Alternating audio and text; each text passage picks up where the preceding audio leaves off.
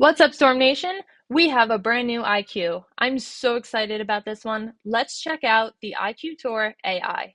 R2S hybrid cover, C3 AI core, Power Edge finish. This ball has all of our favorites wrapped into one, and it's absolutely beautiful. Check out the colors on this one. I'm in love.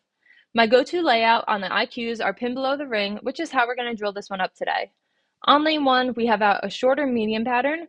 What I see right from the start, super clean through the fronts, rolly and controllable in the mid lane, little kick down lane. I'm able to stay right and play a little straighter.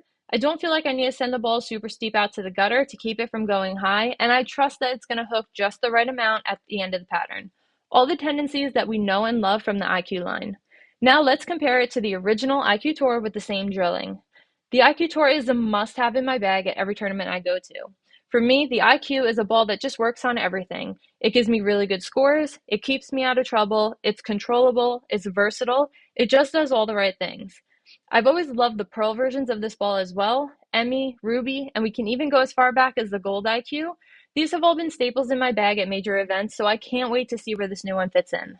The difference I see between these two is that the IQ Tour is just a little earlier and smoother and slower down lane, where the IQ Tour AI gets through the fronts a little cleaner, has a slightly harder change of direction, and more pop through the pins. All good things.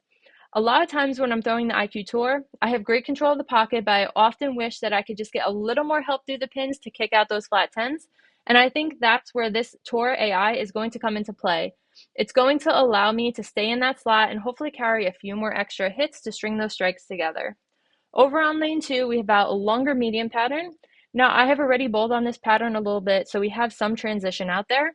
I wouldn't expect myself to throw this ball on a fresh, long pattern. I would expect to throw it mid to later in the day when we already have some friction out on the lane. Now, even on the longer pattern, I'm seeing the same shape and tendencies that I saw over on lane one. No issues getting the ball down the front part of the lane, smooth, controllable mid lane transition, good pop through the pins. I love this type of equipment because I don't need to focus on making sure the ball doesn't hook or making sure it hooks. You just kind of got to get your angles set in a slot and let the ball do what it's made to do. It gives me a little bit of miss room both up the lane and to the right within reason. If I get this ball way right on this pattern, it's not going to recover. And more times than not, it's going to give me a little miss room to the left. We're going to switch to the original IQ Tour again and compare the two. Again, IQ Tour gives me a more rounded, smoother shape overall, where the IQ Tour AI gives me a little more length and pop. I'm really loving what I'm seeing from this ball. I think it's going to be super versatile, give a tremendous amount of control, and be a must-have in my bag. If you're a fan of the IQ line, you don't want to miss out on this awesome new piece. Check it out for yourself at a pro shop near you on March 21st.